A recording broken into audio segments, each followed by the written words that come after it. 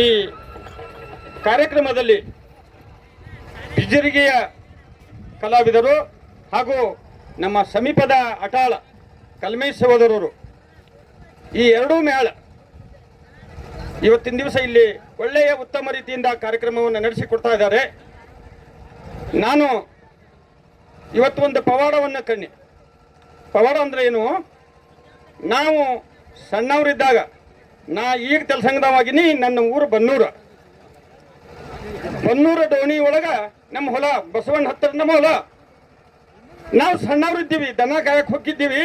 ಬಸವಣ್ಣ ಸುತ್ತಮುತ್ತ ದನಗಳ ಬಿಟ್ಟು ಆಡ್ತಿದ್ದೀವಿ. ಆ ಟೈಮದೊಳಗೆ ಬಿಜ್ಜರಿಗಿ ಸೋಮಲಿಂಗನ ಡೊಳ್ಳಿನ ಪದಗಳ ಅಂತೇಳಿ ಒಂದು ಕ್ಯಾಸೆಟ್ ಬತ್ತು. ಅವಾಗ ಊರಾಗ ಒಂದೊಂದು ಟೇಪು ಇದ್ದಿದ್ದಿಲ್ರಿ. ನಮ್ಮ ಊರಾಗ ಹೊಸದಾಗಿ ಒಬ್ಬ ಟ್ಯಾಕ್ಟರ್ ತಂದ. ಆ ಟ್ಯಾಕ್ಟರ್ದಾಗ ಟೇಪ್ ಕುಣ್ಸ್ಕೊಂಡು ಬಂದ. ಆ ಟೇಪಿನ್ಯಾಗ ಫಸ್ಟಿಗೆನ ಬಿಜ್ಜರಿಗಿ ಸೋಮಲಿಂಗನ ಡೊಳ್ಳಿನ ಪದಗಳು ಅಂತ ಹೇಳಿ ಏನ ಅನರ್ಘ್ಯ ರತ್ನ ಎಂಥ ಪದ ಕೇಳ್ಬೇಕು. ನಾವು ಅದ್ರ ಭಾಗ್ಯ ನಮಗಿದ್ದಿದ್ರಿ. ಊರಾಗ ಬನ್ನೂರಾಗ ಒಂದು ಕ್ಯಾಸೆಟ್ ತಂದ ನಾವು ಕೇಳ್ಬೇಕಂದ್ರೆ ಊರಾಗ ಟೇಪ್ ಇದ್ದಿದ್ದಿಲ್ಲ, ನಮ್ಮಲ್ಲಿ ಕರೆಂಟು ಇದ್ದಿದ್ದಿಲ್ಲ.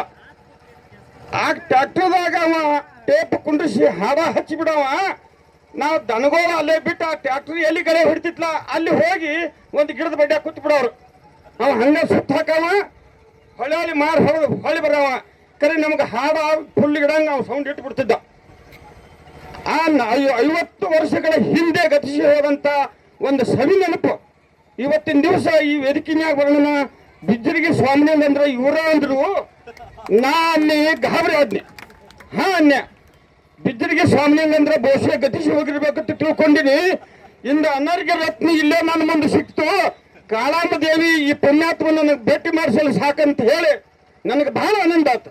ಯಾಕಂದ್ರೆ ಮೂರ್ತಿ ಚಿಕ್ಕದಾದರೂ ಕೀರ್ತಿ ದೊಡ್ಡದು ಎನ್ನುವಂತೆ ಈ ವ್ಯಕ್ತಿ ನಮ್ಮ ಕರ್ನಾಟಕದ ರಾಜ್ಯೋತ್ಸವ ಪ್ರಶಸ್ತಿಯನ್ನು ಪಡೆದು ಉತ್ತರ ಕರ್ನಾಟಕದ ಹಿರಿಮೆಯನ್ನ ಕರ್ನಾಟಕದ ಉದ್ದಗಲಕ್ಕೆ ಹೆಮ್ಮೆ ಪ್ರಸರಿಸಿದಾನೆ.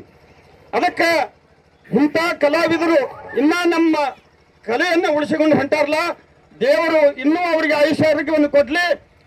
ಅವರದೇ ಆದಂಥ ಚಿರಂಜೀವಿ ಮಾಸ್ತರದಾನ ಕರೆ ಸಕಲ ಕಲಾವಲ್ಲಭ.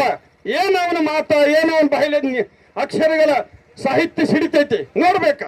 ಆ ಬಾಯಿಂದ ಬರುವಂತ ಸಾಹಿತ್ಯವನ್ನು ನಾವು ಮುಂದೆ ಜೋಳಿಗೆ ಹಾಕೊಂಡು ಹಿಡಿಬೇಕು, ಎಲ್ಲರೂ ಹಾದಿಗೆದಾವ ಅಂತ ಹೇಳಿ. ಇಂಥ ಅನರ್ಘ್ಯ ರತ್ನಗಳು ನಮ್ಮಲ್ಲಿ ಇರುವಾಗ ನಾವು ಇನ್ನೂ ಎದಕ್ಕೋ ಕೈ ಚಾಚ್ತೀವಿ. ಈ ಕಾಳಮ್ಮ ಲಕ್ಷ್ಮೀದಾಯಿ ಈ ಅನರ್ಘ್ಯ ರತ್ನಗಳನ್ನ ಇನ್ನಷ್ಟು ಅಚ್ಚುಕಟ್ಟಾಗಿ ಅವುಗಳಿಗೆ ಯಾವುದೇ ಧಕ್ಕೆ ಬಾರದಂತೆ ಅವುಗಳನ್ನು ರಕ್ಷಿಸಲಿ. ಈ ಕಲೆ ಕರ್ನಾಟಕದ ಉದ್ದಗಲಕ್ಕೂ ಹಬ್ಬಲಿ ಅಂತ ಆಶಿಸುತ್ತಾ ಈ ಕಲಾವಿದರಿಗೆ ನಾವು ಡಾಕ್ಟರ್ ಪಂಡಿತ್ ಪುಟ್ಟರಾಜ್ ಗವಾಯಿ ಸಂಘದ ವತಿಯಿಂದ ಸತ್ಕಾರ ಮಾಡ್ತಾ ಇದ್ದೇವೆ. ಅಪ್ಪ ಮಗ್ಗ ಇಬ್ಬರಿಗೆ ಮಾಡ್ಬೇಕಂತ ವಿಚಾರ ಮಾಡಿದ್ನಿ. ಮತ್ತೆ ವಿಚಾರ ಬತ್ತು, ಮಗ ಇನ್ನ ನಮ್ಗೆ ಸಿಗ್ತಾನೆ, ಏನು ಸಣ್ಣವದಾನ. ಈ ರತ್ನಕ್ಕೆ ಇನ್ನ ನಾವು ಹೊಳಪ ಕೊಡ್ಬೇಕಾಗಿತ್ತು.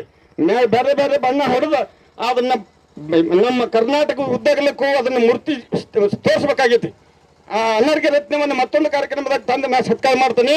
ಇವ್ರ ಜೊತೆ ಇನ್ನೊಬ್ಬ ಸಹ ಕಲಾವಿದರು ಹೊನ್ನಾಡ್ದವ್ರು ಯಲ್ಲಪ್ಪ ಹೊನ್ನಾಡ, ಅವರಾದ್ರೂ ಕೂಡ ವೇದಿಕೆಗೆ ಬರಬೇಕು. ಯಾಕಂದ್ರ ನಾವು ಸ್ವಲ್ಪ ಕಲಾವಿದರು ಇರೋದ್ರಿಂದ ನಮಗೂ ಸ್ವಲ್ಪ ಇಂಥ ವೇದಿಕೆ ನೋಡೋಣ ಸ್ವಲ್ಪ ಹುರುಪು ಬರ್ತೈತಿ. ಅದಕ್ಕೆ ಇಂಥ ಅನರ್ಘ್ಯ ರತ್ನ ಇವತ್ತು ದಿವಸ 50 ವರ್ಷ ಇಲ್ಲೇ ನಮ್ಮ ಮಗ್ಗಲ್ಕ ಬಿಜ್ಜರಿಗೆ ಯಡಿಬಿದ್ರೆ ಬಿಜ್ಜರಿಗೆ ನಾವು ಬಿಜ್ಜರಿಗಿನ್ನ ಕೊಟ್ಟರು ಕಾರ್ಯಕ್ರಮ ಸಂಬಂಧ ಮೀಟಿಂಗ್ ಸಂಬಂಧ ನಾವು ನಿಂಗಣ್ಣ ಹದಿಮನಿ ಮನೆಗೆ ಸಾಕಷ್ಟು ಹೋಗಿ ಬರ್ತೀವಿ. ಖರೆ ಈ ಅನರ್ಘ್ಯ ರತ್ನ ಎಲ್ಲಿ ತಪ್ಪಿಕೊಂಡಿತ್ತು ಇನ್ನೂ ತನಕ ಸಿಕ್ಕಿದ್ದಿಲ್ಲ ನನಗೆ. ಕರ್ನಾಟಕದ ಉದ್ದಗಲಕ್ಕೂ ಹಬ್ಬಿ ತಿರುಗಾಡಿ ಬಂದೈತೆ. ಇದು ನನ್ನ ಅನಿಸ್ತೈತಿ. ಇದು ಮೂರ್ತಿ ಚಿಕ್ಕದ್ರಿಂದ ಬರೀ ಸಂಧ್ಯಾಗ ತಿರುಗಾಡಿ ಬೆಳಕ ಚೆಲ್ಲೈತೆ, ಖರೆ ಮಂದಿಗೆ ಮುಖ ತೋರಿಸಿಲ್ಲ. ಅದಕ್ಕೆ ಇವತ್ತಿನ ದಿವಸ ಇಂಥ ವೇದಿಕೆ ಒಳಗೆ ಈ ಒಂದು ವ್ಯಕ್ತಿ ನನಗೆ ಕಲಿಸಿದ ನನಗೆ ಬಂಗಾರ ಕಂಡಂಗಾಯ್ತು. ಅದಕ್ಕೆ ನಿಮ್ಮ ಕಲೆ ಬಿಜ್ಜರಿಗೆಯ ಊರಾಗ ಅಷ್ಟೇ ಅಲ್ಲ, ನಮ್ಮ ಉತ್ತರ ಕರ್ನಾಟಕದ ಉದ್ದಗಲಕ್ಕೂ ಬಿಜ್ಜರಿಗಿ ಸೋಮಲಿಂಗನ ಪದಗಳು ಇನ್ನೂ ಅಜರಾಮರವಾಗಿ ಉಳಿಲಿ ಅಂತ ಆಶಿಸುತ್ತಾ ಈ ಇಬ್ಬರು ಕಲಾವಿದರಿಗೆ ಸತ್ಕಾರವನ್ನು ಮಾಡ್ತಾ ಇದ್ದೇವೆ.